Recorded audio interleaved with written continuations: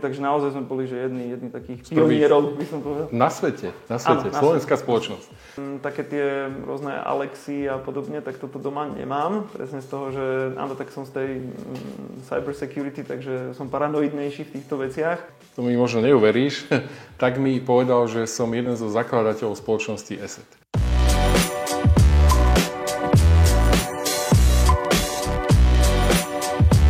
Ahojte priatelia, vítam vás pri ďalšom dieli našej diskusnej relácii Tech Talks. Dnes sa budeme rozprávať na veľmi aktuálnu tému a to je umelá inteligencia. A ja sa teším, že tu máme veľmi zaujímavého hostia, je ním Juraj Janošík. Ahoj. Zdravím vás. Je to odborník na AI spoločnosti ESET. Spoločnosť ESET verím, že všetci dobre poznáte. My sme patrične v tej boxe hrdí na to, že na Slovensku takáto spoločnosť vznikla. No a máme tu teda zástupcov. Budeme sa rozprávať o teda aktuálnej téme umelá inteligencia. Poďme na to. Prvá otázka je, aby možno čitatelia, tí, ktorí sa s pojmom umelá inteligencia stretli len tak niekde v titulkoch a ďalej si nič ešte nečítali, tak skús našim poslucháčom vysvetliť, čo to je umelá inteligencia, tak čo najviac laickejšie, ako sa dá. A vlastne aký je rozdiel medzi možno umelou inteligenciou a strojovým učením, alebo ako spolu súvisia? Jasné, no zoberiem to od konca, od toho strojového učenia, alebo teda machine learning po anglicky. To strojové učenie je teda časť počítačovej vedy. Rozpráva, alebo teda zaoberá sa skúmaním algoritmov, skúmaním postupov, ako v princípe z veľkých dát, z rôznorodých dát vytiahnuť teda nejaké spoločné nejaké paterny, nejaké vzorce, na základe nich vyrobiť nejaké predikcie.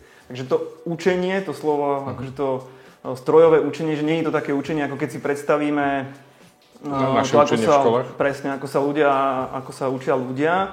Je to naozaj o tom, že aplikujeme nejakú štatistiku, nejaké analytické metódy, algoritmy na veľké dáta.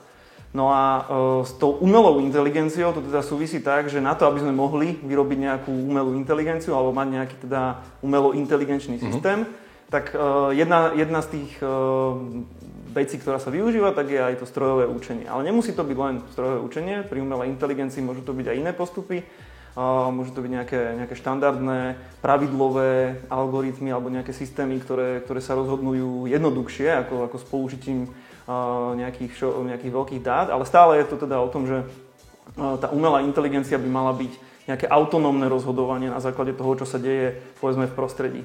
Potom sú aj rôzne definície z pohľadu či už nejakej legislatívy alebo regulácie, keď sa pozrieme napríklad na Európsku úniu, tak u nás v Európskej únii v zásade je z pohľadu týchto regulácií myslené pod umelou inteligenciou čokoľvek, čo sa vie rozhodovať autonómne, v zásade bez toho, aby do toho musel človek nejak zasahovať. A tak sa potom aj pristupuje k tým rôznym systémom. Takže v podstate z tejto definície už vidíme, že je to také dosť široké, že v podstate umelá inteligencia nemusí byť len to, čo si ľudia predstavia, nejakých robotov, ale že naozaj sa bavíme o tom, že adaptívny tempomat v aute alebo nejaké inteligentné kúrenie v smart home. Takže... Prečo si myslíš, že práve teraz sa tak veľa hovorí o tej umelej inteligencii? Práve preto, že už sme ju tu kvázi mali dávno, spomínal si práve ten inteligentný adaptívny tempomat a tak ďalej, že prečo teraz nastal taký boom umelej inteligencie?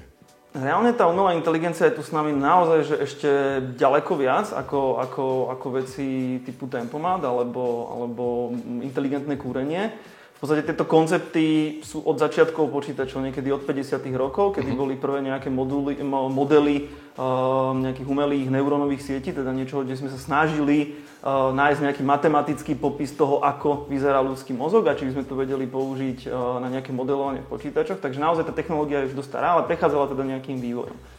No a prečo sa o tom rozpráva poslednú dobu tak veľa? Lebo ja si nepamätám, že pred rokmi, teda ja už mám dosť rokov, som sa stretával s pojmom umelá inteligencia pomerne často. Presne tak, že predtým to skôr bolo o tom, že naozaj tomu rozumeli len tí ľudia, ktorí sa tomu venovali, väčšinou v priemysle, tam bolo takéto hlavné nasadenie, alebo v týchto nejakých zariadeniach, ktoré do veľkej miery boli aj komerčné, len to ľudia nevedeli, že to využívali. Nevedeli, že využijú umelú inteligenciu. Presne tak. Akože, či už to bolo aj spracovanie obrazu, zvuku, alebo takéto hovorím aj ten adaptívny tempomat, alebo aj smartfóny, čokoľvek, všade niekde boli nejaké algoritmy, ktoré využívajú ako keby či už strojové učenie alebo teda v konečnom dôsledku umelú inteligenciu, lebo rozhodujú v nejakom zmysle za nás, alebo nám teda uľahčujú náš život tým, že niečo vyriešia autonómne. Ale prečo sa o tom rozpráva poslednú dobu tak veľmi, je to podľa mňa práve tým, že nabralo to ako keby na obrátkach tým, že Microsoft a OpenAI prišiel s ChatGPT, ktorý v podstate poznajú všetci, má to viac používateľov ako Facebook, myslím momentálne. No, že ľudia všetci si myslia, že toto je tá umelá inteligencia, áno, iba.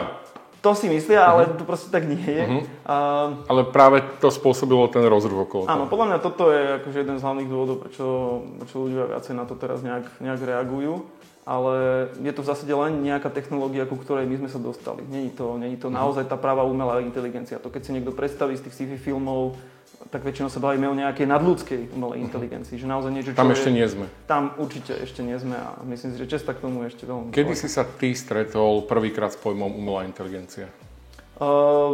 Ja by som povedal, že ešte niekedy v takých tých tínežerských detských časoch, že keď sa človek hral nejaké počítačové hry, tak nad tým takto rozmýšľal, že tam sa vždycky hovorilo, že tam je nejaká umelá inteligencia, že človek hrá proti niekomu a ten niekto, keď je počítač, tak je to akože nejaká umelá inteligencia. Takže šach a takéto niečo? To ma samozrejme zaujímalo, že ako to teda funguje.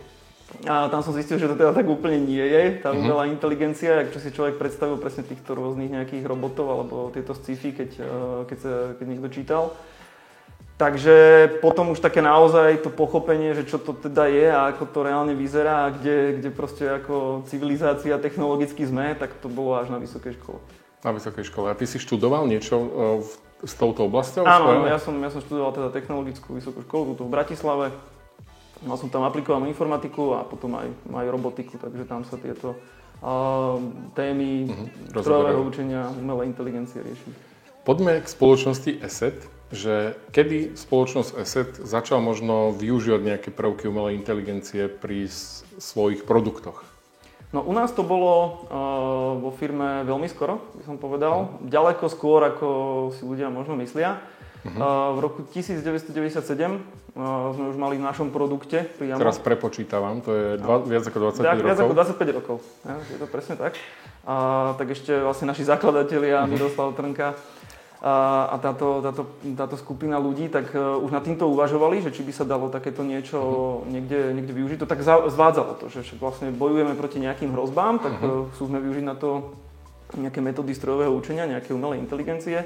Plus tam ešte do toho hralo aj tú úlohu to, že to bola malá firma v tých časoch, takže... Že bolo lepšie, aby nemuselo byť toľko ľudí a rozmýšľať nad vecami. Toľko ľudí, proste hľadali spôsoby, ako si uľahčiť tú robotu. Lebo to je vlastne to, čo sa deje aj teraz. Tá umelá inteligencia je tu na to, aby sme si niečo uľahčili, aby sme odbremenili ľudí od nejakej činnosti a tým mohli robiť niečo iné. Takže hovorím, v tomto roku bol ako keby súčasťou všetkých produktov, ktoré sa vtedy predávali ešte ako NOT, tak v rámci toho skenovacieho jadra boli aj techniky strojového učenia na rozoznávanie nejakých makrovírusov. Takže už vtedy sme to mali. Boli sme asi druhý, sa mi tak zdá, že celkovo v rámci tejto celej industry. Myslíš bezpečnosti? Myslím bezpečnostný. Prvý bol IBM, asi rok predtým, alebo možno 2 roky predtým, tak oni tiež takéto niečo využili, takže naozaj sme boli, že jedni takých pionierov, by som povedal. Na svete, slovenská spoločnosť. A poďme si povedať, že kde všade dnes využívate, toto boli také začiatky, a aké prvky umelej inteligencie využívate vo svojich produktoch? Primárne... Ak využívate stále. Využívame, jasné, aj teda stále robíme okolo toho nejaký aplikovaný výskum. A primárne použitie, teda s ktorým sa stretne každý, kto používa naše produkty, tak je stále to skenovacie jadro, kde to už teda je ďaleko viac integrované a ďaleko viacej využívanie, teda ochrana užívateľov pred rôznymi hrozbami. Takže v podstate, či to je mobilný telefón, ktorý je chránený našimi produktami, alebo to je počítač, spolupracujete s Google? Áno, spolupracujeme aj so spoločnosťou Google. Aj tam sú prvky umelej inteligencie pri vyhľadávaní a teda čekovaní tých aplikácií, ktoré áno, tam v zásade spolupracujeme na ochrane celého Google Play Store. A tamto skenovací tiež taký engine, ktorý vlastne oni na toto využívajú od nás, tak obsahuje aj tieto featurey. Poďme si možno povedať, ak sa dá tak hĺbšie a bližšie, že ako si to máme predstaviť, že tá umelá inteligencia čo robí? Robí to, že povedzme na server alebo na počítač alebo na telefón prichádzajú, môžu sa objavovať nejaké súbory, linky, človek prechádza, povedzme, browsuje web a narazí na nejakú aplikáciu, ktorú si chce stiahnuť. A teraz to, čo my spravíme, je, že my to skontrolujeme, či to je teda v poriadku alebo nie a dáme teda užívateľovi vedieť, keď je to problém. A tam sa samozrejme využíva celá plejada rôznych metód. A jednoducho jedna z nich je teda sú teda takéto akože umelo-inteligenčné alebo teda machine learningové algoritmy, ktoré v zásade robia nejakú predikciu. To znamená, že keď je to niečo neznáme, tak my sa snažíme zistiť proste na základe týchto metód, že či sa to viacej podobá na niečo, čo je v poriadku, alebo na niečo, čo môže byť potenciálne nebezpečné, alebo vyslovene je to také, že je to naozaj že hrozba. A stalo sa už niečo, že sa vyhodnotilo zle, že nebola to hrozba, vyhodnotili ste? Ako sa potom funguje? Toto sa stáva, nechcem povedať, že bežne, ale je to proste ako bežný problém aj pri iných formách ako detekcie. Odborne sa to teda nazýva, že false positives, že falošné pozitíva, že niečo, čo je benigné, čo je v poriadku, tak označíme, že je zlé. A na to sú samozrejme metódy, aj my máme na to kopec rôznych nejakých ochrán, kde sa snažíme tomuto predísť, ale samozrejme stáva sa to a v takých situáciách proste to snažíme sa veľmi rýchlo vyriešiť. Keď buď si to ten užívateľ ani nevšimne, že naozaj je tam veľmi krátky ten časový rozsah, alebo keď je to také, že nám to musí niekto ako keby zareportovať, že mali takýto problém, my sme im niečo detekovali, tak samozrejme hneď to riešime. Predpokladám, že teda takmer vo všetkých produktoch sú určité prvky umelej inteligencie, čo sa týka assetu. Ako využívate možno formy umelej inteligencie aj v interných procesoch, možno v komunikácii s zamestnancami a tak ďalej? Vieme aj tu nájsť veci, že ste takto moderní? Áno, akože interne sa to tiež využíva, väčšinou takýto ten ako keby ChatGPT spôsob, to znamená, že máme rôzne Máte vlastný ChatGPT? Nemáme úplne vlastné ChatGPT, môžeme sa k tomu dostať, ono je celkom problém aj spraviť, len teda jednak z tých technologických, ale aj finančných dôvodov. Naozaj, keď sa k tomu pritom pristavíme, tak OpenAI Microsoft do vývoja ChatGPT investoval vyše miliardu eur, alebo tam miliardu dolárov. A to samotné natrénovanie toho modelu tak trvá asi 11 mesiacov a stojí cez 200 miliónov. Takže to sú... Bolo by zbytočné to robiť in-house, keď... Je to tak aj, že nemá to veľké opodstatnenie, keď v zásade vieme mať toto veľmi, veľmi dobre priamo od Microsoftu a využiť to. A v zásade teda aj to naše použitie je presne takéto, že my máme kopec nejakých interných našich dokumentov, manuálov a vie nám toto uľahčiť, nejaké vyhľadávanie alebo nejaká sumarizácia, povedzme, nejakých informácií z takýchto, takže na toto sa to využíva. Vy sa venujete ako spoločnosť kybernetickej bezpečnosti a je práve s príchodom možno viacerých tých verzií umelej inteligencie a teda čím je inteligentnejšia tá umelá inteligencia, je to výrazne väčšia hrozba, ktorú musíme riešiť v súčasnosti? Alebo to je, dá sa povedať, to isté, čo bolo predtým, len toho je viac? Je toho viac. To je určite ten hlavný problém. A ten bol v podstate v tej bezpečnosti vždycky. Že keď sa pozrieme, že koľko tých rozieb sme zachytávali povedzme pred 15 rokmi a koľko teraz to je exponenciálny rast. Tie metódy ako keby umelej inteligencie alebo tohoto strojového učenia, tak ako som povedal, že my sme to využívali už pred 25 rokmi a využívame to po celý čas, tak aj tí útočníci to využívajú do nejakej miery. Oni tiež sa nás snažia vo veľkej miere nejak zahltiť, to znamená, že oni generujú rôzne metódy, rôzne útoky, alebo proste veľa rôznych malicióznych nejakých súborov, ktorými sa nás snažia zahltiť. Takže tiež na toto využívajú nejakú automatizáciu. Nejaké systémy, ktoré automatizovane sa snažia, ktoré sa snažia, povedzme, vyskúšať rôzne ochrany, ktoré sú známe a snažia sa ich proste prekonať. Nájsť nejaký spôsob, ako prejsť okolo nich. Ale celkovo aj tá umelá inteligencia, ako veľa sa rozpráva o tých hrozbách, Hovorím, že netreba to úplne... Veľa sa ľudia toho boja? Veľa sa toho ľudia boja, netreba to zase úplne preháňať, treba sa na to pozerať aj s takou nejakou chladnou hlavou, že v zásade ono to je nejaký nástroj, to nie je teraz, že nejaká úplná hrozba, že máme sa toho veľmi, veľmi nejak obávať, treba tomu rozumieť, to je ten základ. Treba využiť. A využiť to na to prospešné. Jednoducho tí, ktorí to budú vedieť využiť na to prospešné, tak tí budú vždycky na tom lepšie. A ja to prirovnávam, že je to podobné, ako pred niekoľkými rokmi, keď prišiel Google, tak ten, kto to vedel používať, tak mal naviac. To je naozaj pri tej umelej inteligencii je to podobné. Ja nemusím tomu úplne do detailu rozumieť, ale keď budeme vedieť využívať tie metódy, môže to zvýšiť moju produktivitu. Ako človeka môžem byť hodnotnejší na tom trhu práce, takže treba sa na to pozerať aj takto. Poďme si povedať možno nejaké konkrétne prípady, kde ste detekovali niečo, čo malo vysokú formu umelej inteligencie, kde sa vám to možno podarilo a aj pri vašej práci. No, nie je to vyslovene, že sme to priamo detekovali. Ono to hovorí, že ono sú to skôr presne takéto, že metódy... Není také niečo, že umelá inteligencia vytvorila super vírus, ktorý bolo ťažké chytiť, rozoznať? Naozaj, ešte taká doba neprišla? Tam nie sme, to sme veľmi, veľmi ďaleko od toho. Akože aj keď sa pozrieme na také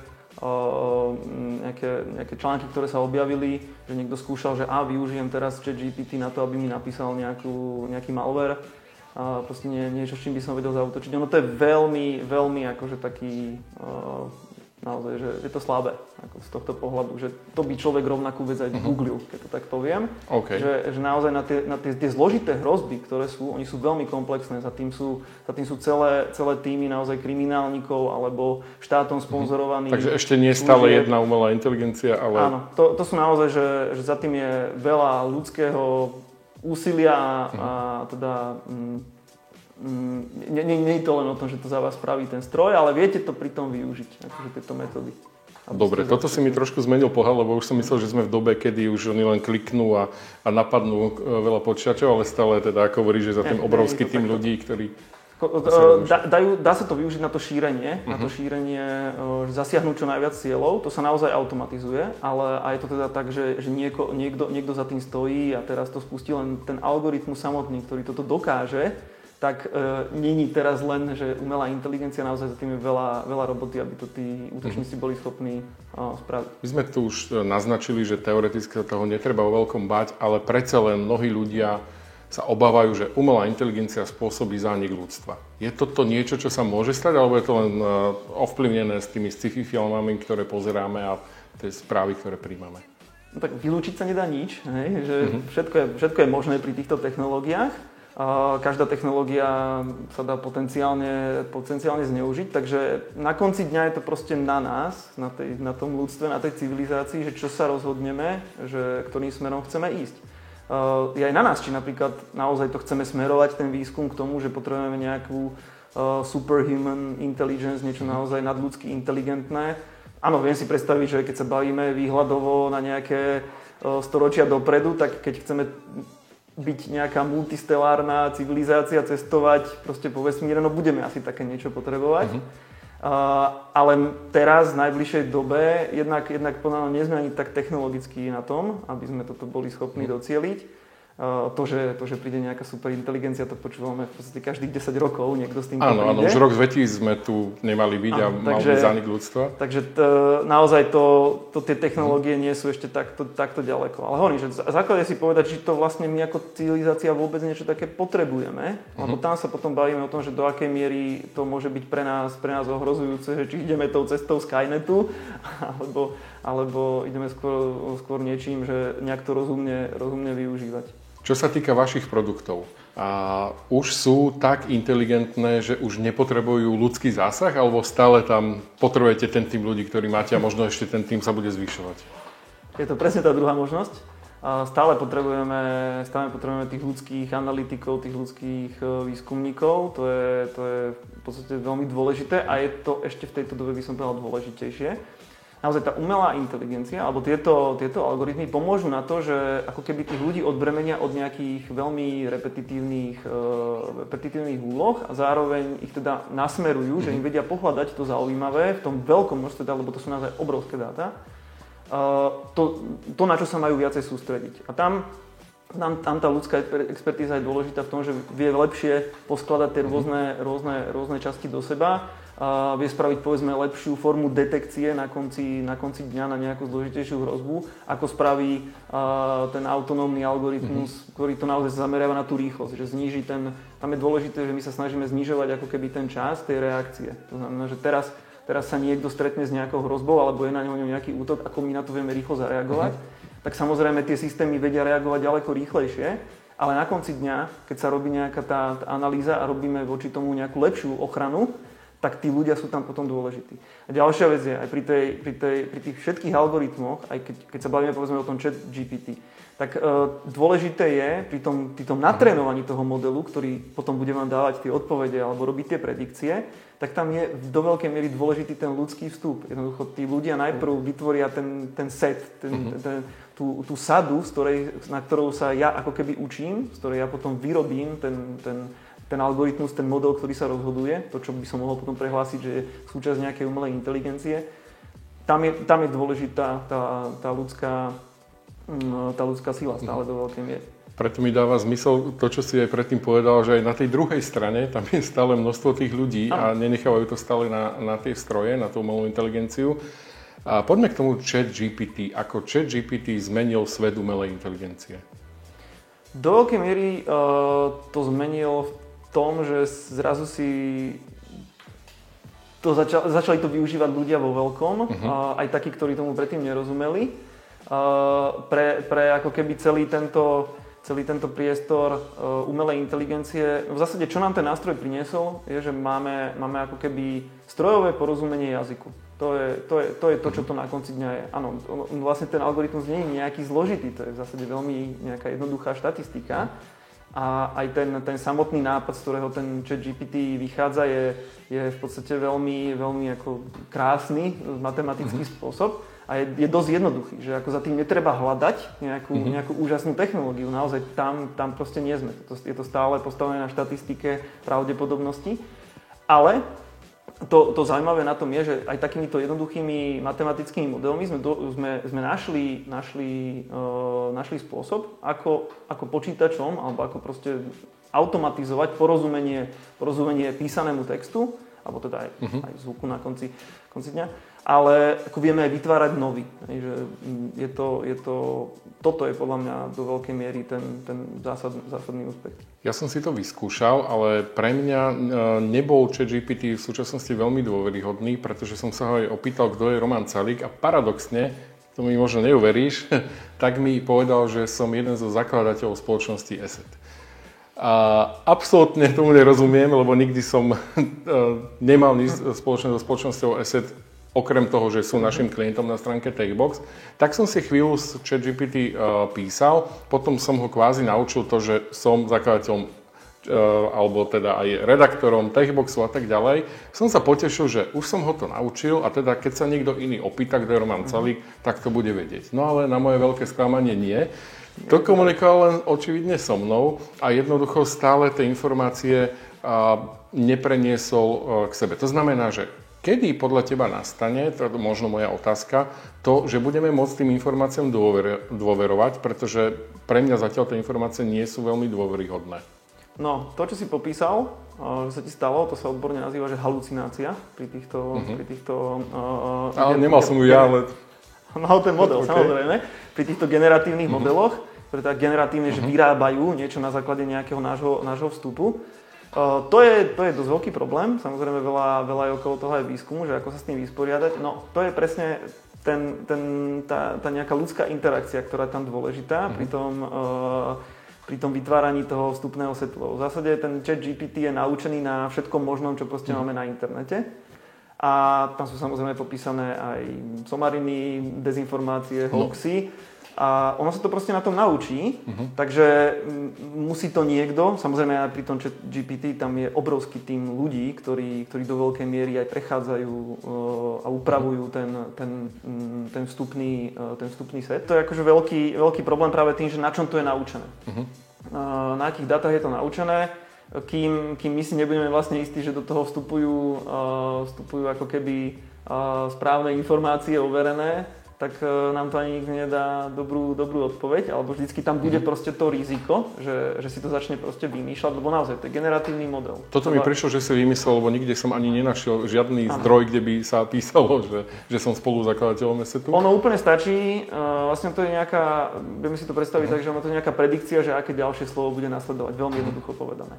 No a keďže to naučení naozaj na obrovskom sete, tak úplne stačí, že niektorí ľudia sa zmienili proste povedzme v nejakých prienikových článkoch alebo niekde a ono už teda hľadá, že tak toto by mohlo k tomu sedieť a začne si ako keby vymýšľať. Ja ho viem samozrejme v tom kontexte, ktorý je vtedy validný len ako keby pre mňa, toho užívateľa, tak ja ho viem presvedčiť, že tak tuto máš nejaký základ, toto použij a už generuj potom ďalej z toho a vie to byť presnejšie, ale samozrejme len tak sa na to spoliehať je proste problém. Ale to je, by som to možno prirovnal, je to podobné ako Wikipédia, keď začínala. Hej, Takže sa bude stále učiť.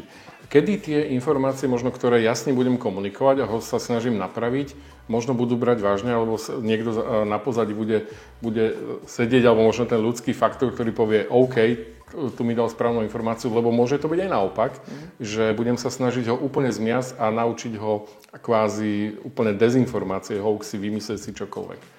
No to je presne to, že ako keby ono sa to teraz nevie úplne takto naučiť. Takže nebere tie moje informácie ako zdroj, ktorý má preveriť? Áno, tam, kde sme momentálne, presne táto akože ChatGPT, tak ty, keď do toho budeš vkladať takto dáta, tak je to len pre teba. Je to naozaj len v tom tvojom kontexte a nezmení sa celý ten model, lebo ako hovorím, jeho pretrénovanie trvá niekoľko mesiacov a stojí obrovské peniaze.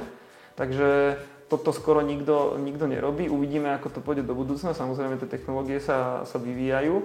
Ale tiež myslím si, že do toho zasiahnu nejaké regulácie, že toto nebude len taká akože bežná vec. Lebo naozaj ten problém toho, že to niekto bude vedieť zneužívať, hlavne ako dezinformácií máme aj teraz veľa, nepotrebujeme ešte ChatGPT, aby nám ich vyrábal, ľudia si ich vyrobia aj sami. Ale keď to bude chcieť niekto naozaj že automatizovať a vo veľkom, toto je veľmi dobrý spôsob. V tvojej práci, kde sa vlastne, čomu konkrétne sa venuješ, čo sa týka umelej inteligencie v ESETe? Ja sa venujem v zásade tomu, aby sme hľadali, čo sú nejaké nové metódy a ako ich zakomponovať do našich produktov. Vyslovene, že kde to má proste zmysel a ako nám to vie pomôcť. Hlavne čo sa týka tej detekcie, to znamená, že zlepšiť ochranu klientov, ako ju zrýchliť, ako ju skvalitniť a potom ako hlavne v tých enterpriseových alebo teda biznisových produktoch, ako povedzme využiť aj takéto technológie, ako sú ChatGPT, povedzme, na to, aby to tým ľuďom prinieslo nejakú pridanú hodnotu. Typicky v tých biznisových je to o tom, že tiež je tam veľa dát, chránia sa veľké siete. Vo firmách sú týmy ľudí, ktorí na tým sedia, je tam nejaký analytický tím a pre nich takáto informácia môže byť veľmi zaujímavá. To znamená, že oni povedzme vidia tú našu konzolu, kde sa stretávajú všetky tie dáta z ich povedzme siete a k tomu im takýto nástroj vie ponúknuť nejaké ďalšie. Vlastne prácu toho analytika to vie mu pomôcť.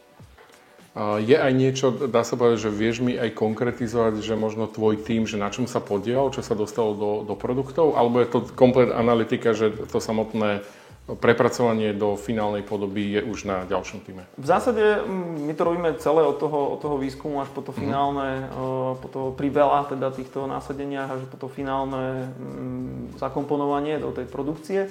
V podstate každý produkt, ktorý je od nás, to znamená, že to, čo bežne ľudia majú, či už na telefóne, na počítači, na serveri, to ochranné skenovanie, nejaký asset security, tak tam je súčasťou aj to, na čo sme vlastne robili my. To znamená, že je tam ten nejaký modul, ktorý je postavený na umelej inteligencii a pomáha s detekciou. Kde vidíte najväčší potenciál, ako myslím, v spoločnosti ESET, čo sa týka umelej inteligencie? Najbližšie obdobie, určite to, čo som spomenul aj naposledy, u týchto biznisových zákazníkov. Tam naozaj je na to veľký priestor, kde presne, keď sú tam tiež zložité, komplexné, veľké dáta, tak im to v tom vie pomôcť, hlavne tým analytickejším tímom, ale vlastne aj u nás, my tieto služby poskytujeme tiež. Hlavná teda výhoda toho je, že keď sa bavíme presne o takomto nejakom ChatGPT, tak je to ako keby iný spôsob, ako ja interagujem s tým počítačom, ako interagujem aj s nejakou aplikáciou, takže určite pôjdeme týmto smerom. Hlavne asi pre tých biznisových zákazníkov momentálne, lebo treba si uvedomiť, že aj tie náklady, tie skryté náklady na používanie alebo celkovo prevádzkovanie takýchto systémov sú naozaj veľké. Takže zatiaľ to asi bude teda výsada nejakého biznisu Až potom možno a tej potom komercie. neskôr nejaký ten consumer segment. Tu sme si povedali o výhodách, kde vidíš nejaký potenciál, budúcnosť a možno kde vidíš také najväčšie hrozby umelej inteligencie práve v oblasti tejto bezpečnosti. No v oblasti tej bezpečnosti ja vidím najväčšiu hrozbu práve pri tých dezinformáciách, hoaxoch, pri tomto. To je podľa mňa najväčší ako keby problém. Ale to vy nedetekujete vašim softvérom? To bohužiaľ není naša doména, ono to možno ani nikdy nebude mať jednoduché technologické riešenie. Na to naozaj, ja si myslím, že na to je riešenie skôr vzdelávanie, kritické myslenie a takéto spôsoby. Lebo keď jednoducho niekto chce... Mala by sa umelá inteligencia učiť už na školách? No určite by sa mala do nejakej miery rozprávať o tom, že čo to je, ako sa to dá využiť, aké to má rizika.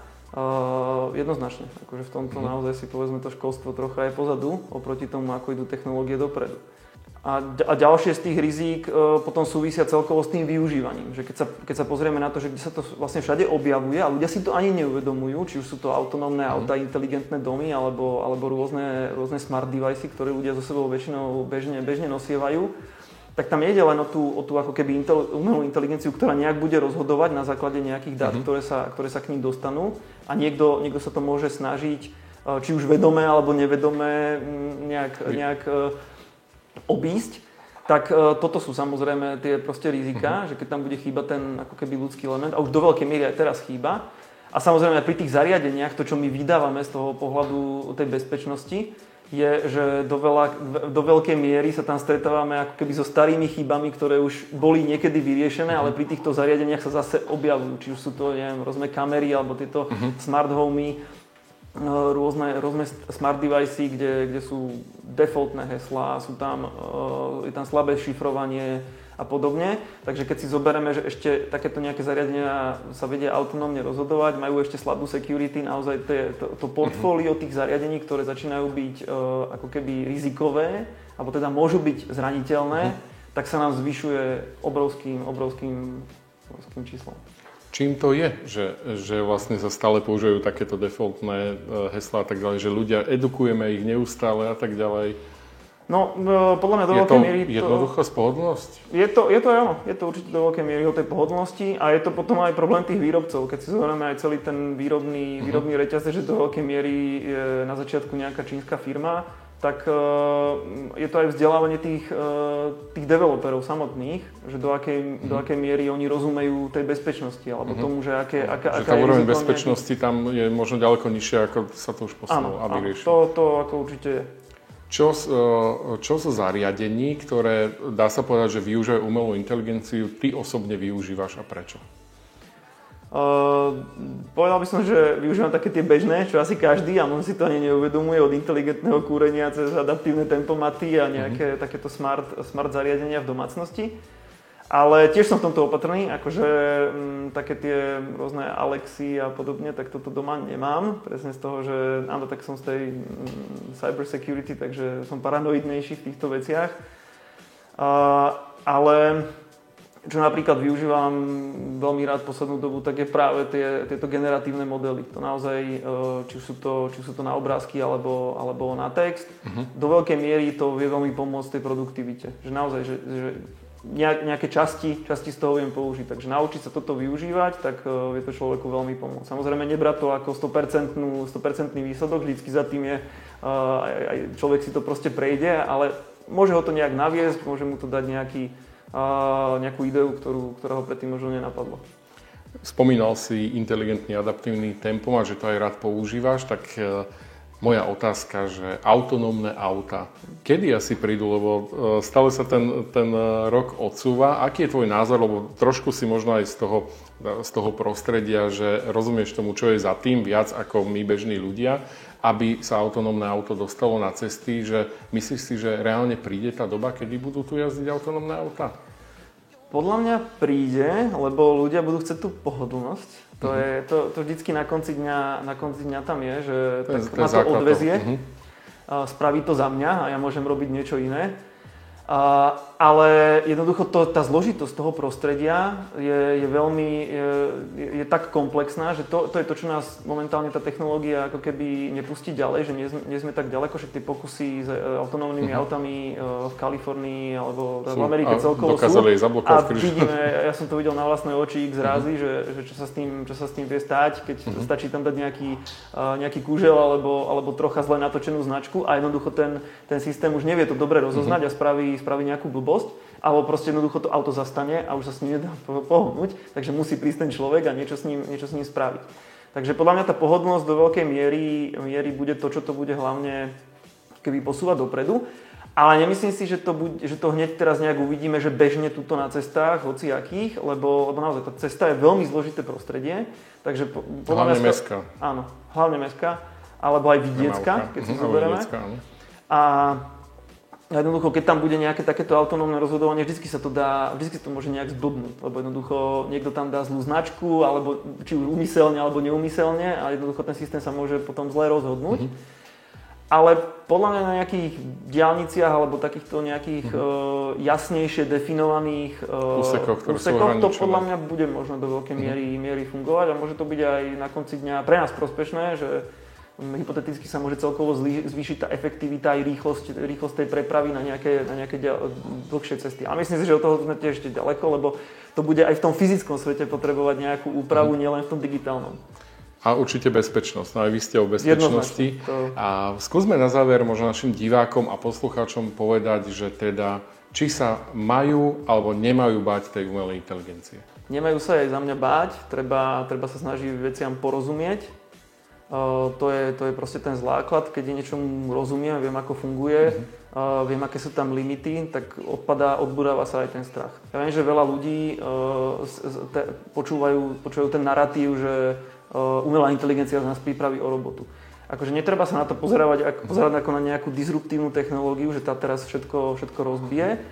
Pozeráme sa na to ako na transformačnú technológiu. Jednoducho snažíme sa to využiť, že aj keď sa pozrieme historicky, ľudia s tým veľakrát radi argumentujú, tak keď sa pozrieme, 19. storočie v Spojených štátoch, 85% ľudí alebo 90% ľudí boli farmári. Dneska sú to 4%. A tí ľudia stratili prácu? No nie, vznikli nové, o ktorých sme ani nechyrovali, že budú niekedy fungovať. A takto to bude aj pri umelej inteligencii. Áno, treba si byť vedomý tých rizík, treba rozumieť tomu, že kde sú tie hrozby, a tie treba jednoducho adresovať, s nimi treba niečo robiť. Ja ti ďakujem veľmi pekne. Verím, že ste sa dozvedeli viac o tej umelej inteligencii, aj pochopili, že ak jej budeme rozumieť, možno aj vďaka tebe viacerí diváci, posluchači tej umelej inteligencii viac porozumeli, tak sa jej naozaj nemusíme obávať. No a bol tu s nami teda Juraj Janošík, odborník na umelú inteligenciu z ESETu. Ja ti ďakujem veľmi pekne. Ahoj. Ahojte.